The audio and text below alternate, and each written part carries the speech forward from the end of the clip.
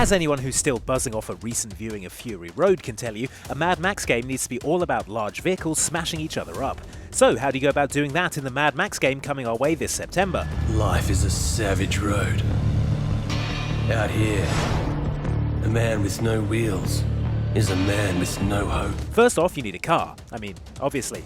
Max starts the game without his beloved V8 Interceptor as it's been nicked by villain/embarrassing skin complaint Scabrous Scrotus. Thankfully, with the help of his mechanic buddy Chumbucket, he builds a new one in the form of the Magnum Opus, a hot rod-inspired beast of a vehicle that can be upgraded as you play through the game and find new parts littered around the wasteland. Your primary method of killing cars is the good old-fashioned ram.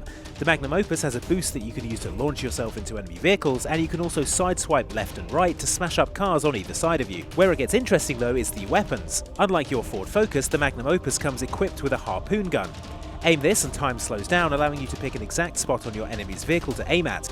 Want to pull a wheel off and stop them in their tracks? Go for it. Or why not aim directly at the driver and yank them through the windshield to their doom? This is particularly useful if you want to keep the car intact and use it to infiltrate enemy bases, or if you just like dragging unfortunate warboys around the wasteland like a psychopath. You also have access to Max's iconic sawn-off shotgun, which you can use to detonate fuel tanks on the back of enemy vehicles, or to dislodge any pesky warboys who try and climb onto your car and get dusty footprints all over the roof. You can also use it in the game's hand-to-hand combat, which is pretty close to the combat in the Batman Arkham games, only this time you have a freaking shotgun.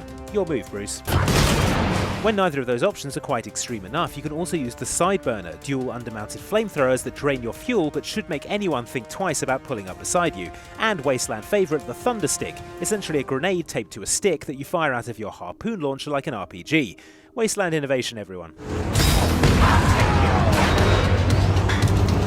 Finally, the car has a sniper rifle mounted on the back that you can jump on if you want to take out enemies from range. Used in conjunction with Max's binoculars, this is a handy way of getting the drop on distant enemies. Of course, no matter how much you upgrade your armour, the Magnum Opus isn't invincible. Thankfully, repairing it is pretty straightforward.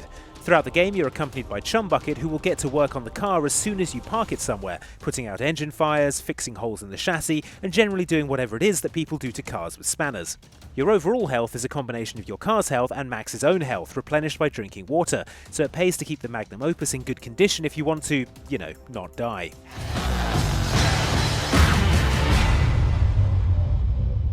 So that's a quick look at the vehicle combat in Mad Max. Like what you see? Hoping for something else? Let us know in the comments and like and subscribe for more on the game as soon as we get it. Thanks for watching!